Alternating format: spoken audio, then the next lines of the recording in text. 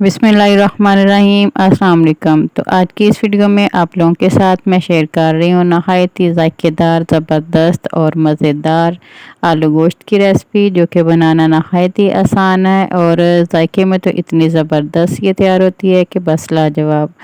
और मेरी आप सब लोगों से हम्बल रिक्वेस्ट है कि वीडियो को मुकम्मल वॉच कीजिएगा और अच्छी लगे तो लाइक और शेयर भी कर दीजिएगा। चैनल पे नए हैं तो चैनल को भी सब्सक्राइब कर लें।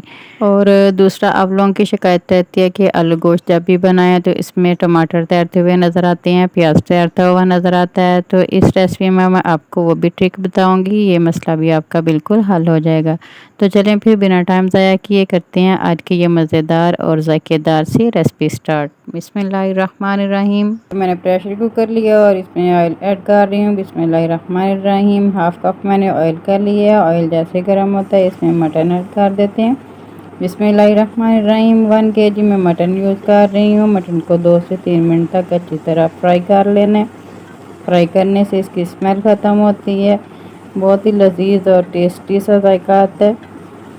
2 से 3 मिनट तक मैंने अच्छी तरह फ्राई कर लिया। अब इसमें मैं ऐड कर रही हूँ अदरक का पेस्ट 1 टीस्पून, लहसुन का पेस्ट 1 टीस्पून, सब्ज़ मिर्चों का पेस्ट ये भी 1 टीस्पून। लहसुन, अदरक और सब्ज़ मिर्चों का पेस्ट डालने के बाद 1 से 2 मिनट तक अच्छी तरह फ्राई कर लेना, चम्मच साथ साथ ऐसे चलाते रहना।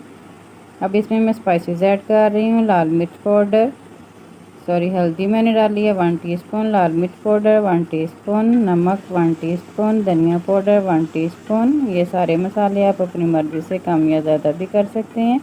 मसाले डालने के बाद 1 से 1.5 मिनट तक अच्छी तरह इनको भून लेना। और अब इसमें मैं ऐड कर रही हूँ थोड़ा सा पानी, ताकि मसाले जले नहीं। जो मिर्ची हमने डाली हैं वो बहुत जल्दी जल जाती हैं घी में, तो इसलिए इसमें थोड़ा सा पानी ऐड किए।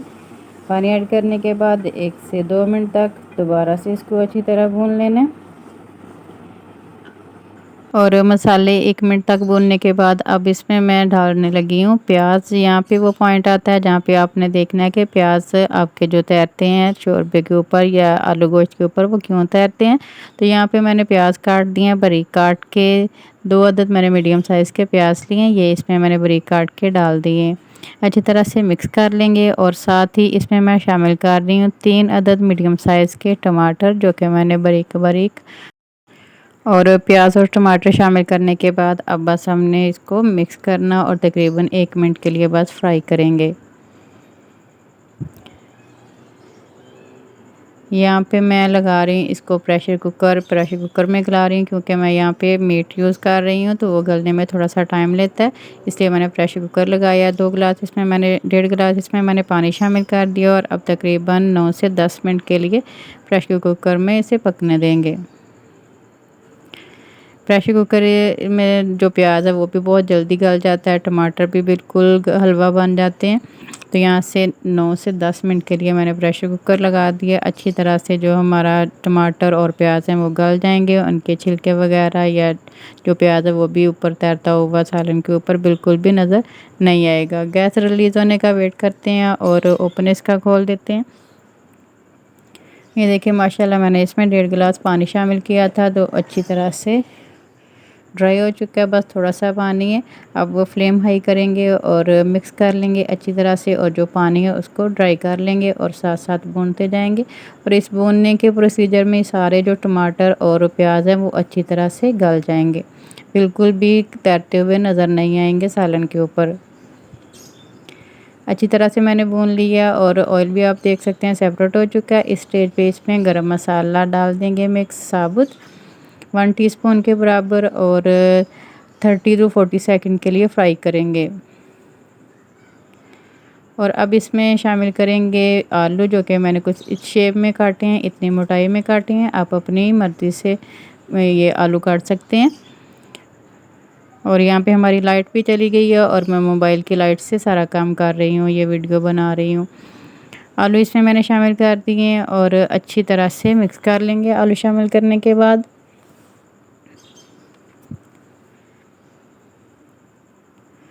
ऑयल आप चेक कर सकते हैं कि कितनी अच्छी तरह से सेपरेट हो चुका है। आलू शामिल करने के बाद तकरीबन 1 मिनट के लिए और भूनेंगे।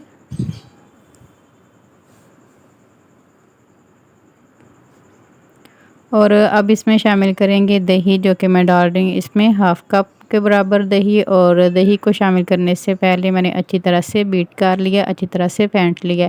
आप भी जब भी किसी भी सालन में दही शामिल करें तो उसको पहले अच्छी तरह से फेंट लें, ताकि बाद में जो वो गुठलियाँ सी जो नज़र आती हैं ना सालन के ऊपर, वो बिल्कुल भी नज़र नहीं आएंगी। इस तरह दही शामिल करने के बाद अच्छी तरह से मिक्स करेंगे। और अब हमने इतना भूनना है इसे कि दही का पानी खुश्क हो जाए और जो ऑयल है वो सेपरेट हो जाए। और यहाँ पे आप चेक कर सकते हैं माशाल्लाह कितनी अच्छी तरह से दही भी खुश्क हो चुका है, इसका पानी जो दही का वो खुश्क हो चुका है और जो ऑयल है वो अच्छी तरह से सेपरेट हो चुका है। माशाल्लाह बहुत ही जायकेदार और ज़बरदस्त ये हमारे आलू गोश्त तैयार हो रहे हैं। पानी आप अपनी मर्ज़ी के मुताबिक कम या ज़्यादा कर सकते हैं। अगर आप शोरबे वाले बना रहे हैं तो ज़्यादा पानी शामिल करें, अगर ग्रेवी वाले बना रहे हैं तो फिर कम पानी शामिल करें। यहाँ पे मैंने तकरीबन 2 गिलास के बराबर पानी इसमें शामिल कर दिया। अब कवर करके आलू गलने तक पका लेंगे। और जो गोश्त है वो भी मैंने 90% तक गला लिया था, थोड़ी सी अभी उसमें कसर बाकी है, तो वो भी आलूओं के साथ ही गल जाएगा। तो यहाँ पे मैंने तकरीबन 5 मिनट के बाद कवर हटा दिया और मैंने इसे मीडियम टू लो फ्लेम पर पकने के लिए रखा था 5 मिनट के लिए। और यहाँ पे आप चेक कर सकते हैं माशाल्लाह कितनी ज़ायकेदार और ज़बरदस्त ये हमारे आलू गोश्त का सालन तैयार हुआ है। बहुत ही मज़ेदार और ज़ायकेदार खुशबू आ रही है, इतना लज़ीज़ तैयार हुआ है। थोड़ा सा मैंने ऊपर डाल दिया सब्ज़ धनिया और अब इसके ऊपर थोड़ा सा डाल देंगे तकरीबन हाफ़ टी स्पून के बराबर गरम मसाला पाउडर। और डिश आउट करने से पहले मैंने इसमें थोड़ी सी सब्ज़ मिर्चें डाल दी थी। सब्ज़ मिर्चों से बहुत ही मज़े का फ्लेवर आता है, नहायत ही ज़बरदस्त सब्ज़ मिर्चों की खुशबू आती है। अब डिश आउट करते हैं माशाल्लाह ज़बरदस्त से ये आलू गोश्त के सालन को, बहुत ही ज़ायकेदार तैयार हुआ है। बिस्मिल्लाहिर्रहमानिर्रहीम। आप भी लाज़मी ट्राई कीजिएगा, ट्राई करें तो अपना फ़ीडबैक लाज़मी दिया करें, मुझे आपके प्यारे से कमेंट का इंतज़ार रहेगा। उम्मीद है आज की ज़बरदस्त सी और ज़ायकेदार सी रेसिपी आपको बहुत ही पसंद आई होगी। रेसिपी अच्छी लगी हो तो वीडियो को लाइक और चैनल को सब्सक्राइब करना ना भूलिएगा। अपना बहुत सा ख्याल रखिएगा और ये भी बताइएगा आप कौन सी कंट्री, कौन सी सिटी से वीडियो वॉच कर रहे हैं। और आज की वीडियो का इख्तिताम करती हूँ इस दुआ के साथ कि अल्लाह ताला आप सबको दुनिया आखिरत की तमाम खुशियाँ अता फ़रमाए। अल्लाह ताला आप सब की तमाम दीनी और दुनियावी मुश्किलात को आसान फ़रमाए। आमीन सुम आमीन। अल्लाह हाफिज़।